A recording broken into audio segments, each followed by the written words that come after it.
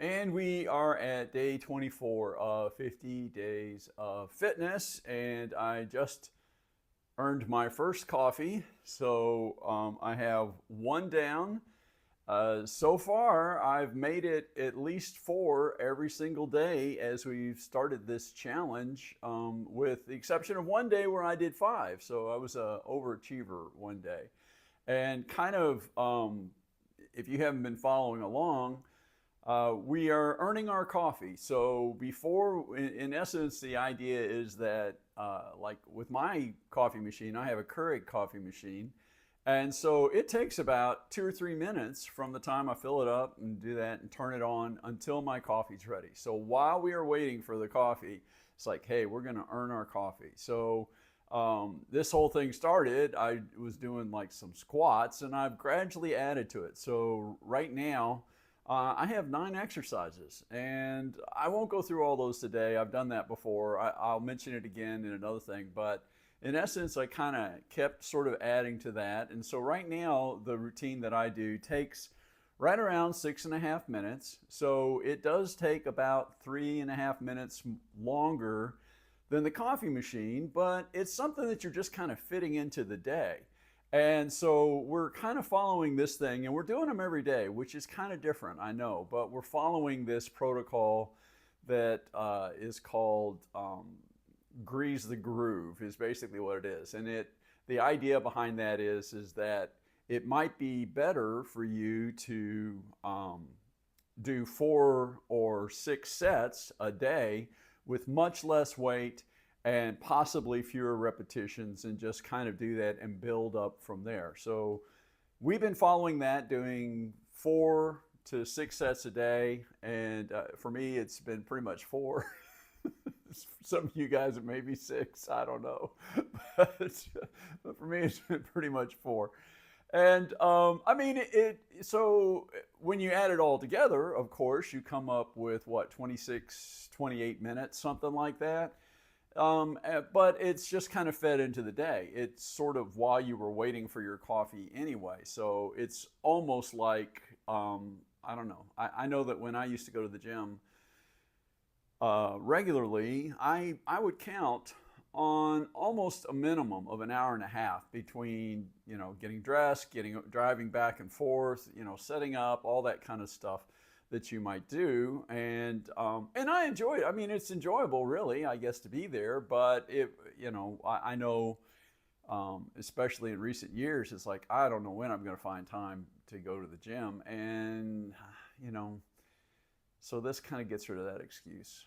So anyway, we're trying it out, and in full disclosure, I'm starting over, and this whole thing is really probably mostly oriented toward people starting over. But I do think that anybody at any fitness level may find stuff in here that they find interesting or helpful or useful. And it's not like advanced people can't follow this protocol, but this is really kind of a starting over, if having not exercised in a long time. And so we're trying to gain back strength, we're trying to gain back mobility. For me, although I'm doing pretty well on that now, I was trying to lose some weight. I gained quite a bit of weight during some cancer treatments that I was going through, and I've lost a lot of that. But I still, to try to get back to where I was, I'm not going to get back to where I was, but to get as close as I can be. I still have a lot of work to do. So that's kind of the premise here. So again, this is day 24. I'm doing the exercise part, which we're calling Earn Your Coffee. And also, I started this right at Lent, and I did that deliberately. So in accordance with Lent, we're going to go a little past Easter Sunday just because of the timing of it and the number of days. But I'm doing a sugar fast as well, and I'm doing kind of the extreme sugar fast where, in addition to any sweets, anything basically with any sugar whatsoever, no fruit, and no pasta, bread, rice, or potatoes. So it's a pretty extreme sugar fast. And again, I'm doing that. Um, I am losing weight, and I do want to lose some weight. I'm not at a point right now where I am would be considered obese, or I don't. I think I really wouldn't even be considered overweight at this point. But when I had the weight, when I was going through the cancer treatments and all that stuff, I became pre-diabetic. And so one of the goals here is to see if I can get my A1C back in normal ranges. I had some success with that at my last checkup. It was better, but I was still pre-diabetic. And so I'm hoping that this will get me back into normal levels. But we'll see. We'll see. So my update, that's kind of my update. It's kind of a recap of what we're doing here. We're almost halfway through tomorrow. So I think that that made sense to kind of go over that again. It's getting warmer here. I don't know when you're watching this, but right now it is in the spring. The first day of spring was not quite a week ago. And right at a week. It was right at a week ago. So the days are getting warmer. We're still going to have some cold weather, but we're having some nice days and we're having some nice weather. And so with that, I thought that I would just mention getting outside. That is one thing that is really, really good for us. And I think that we've really gotten away from that. And I've talked before about the benefits of sunlight and how that's good for, it's good for your mental well-being. It is good for your sleep cycle. It really helps your sleep. And so, you know, Andrew Huberman, who I've mentioned a lot of times on here, he talks about sleep a lot. And one of the things is one of the most important things to getting good sleep is getting your cycles correct. And part of that can be aided simply by getting sunlight. And so if you get up, it's a good idea in the morning, when preferably before the sun gets too high, to get out and get in the sun and for about 5 or 10 minutes, and kind of it helps reset your rhythm so that you are sleeping better.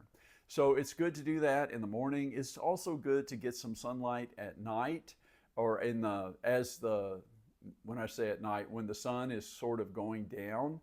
And so those are all great things for your health. And getting outside and getting some air and all of these things, just being outside is good for us. And I think that we've lost a lot of that, you know, and there's a lot of reasons for that. COVID, you know, and COVID in some places, you weren't allowed to leave. You weren't allowed to go outside, which I think in retrospect, we all know was a big mistake. That was a big mistake. And so for your health, spending some time outside, spending less time on the screens. We're in front of computer screens, we're in front of our phone screens, we're in front of TVs. It's really better for us if we can get some time outside. So while the weather is getting warmer, if you can, maybe at lunchtime, you know, I don't know where you are, but if you are still working and all that, maybe at lunch you can go outside and take a walk. Or at the end of the day, you can go outside and take a walk. Or in the beginning, in the morning, that would be a great time. You know, get your sunlight at the same time to kind of help get your natural body rhythms going and aligned for sleep and better health and better mental health as well. So that's just food for thought. Getting outside is probably a really good idea, and just getting outside and getting some sunlight is beneficial to your health. So I guess that's all I'm going to do today. Short and sweet, not too bad. We're right at 10 minutes, so we'll call it a day.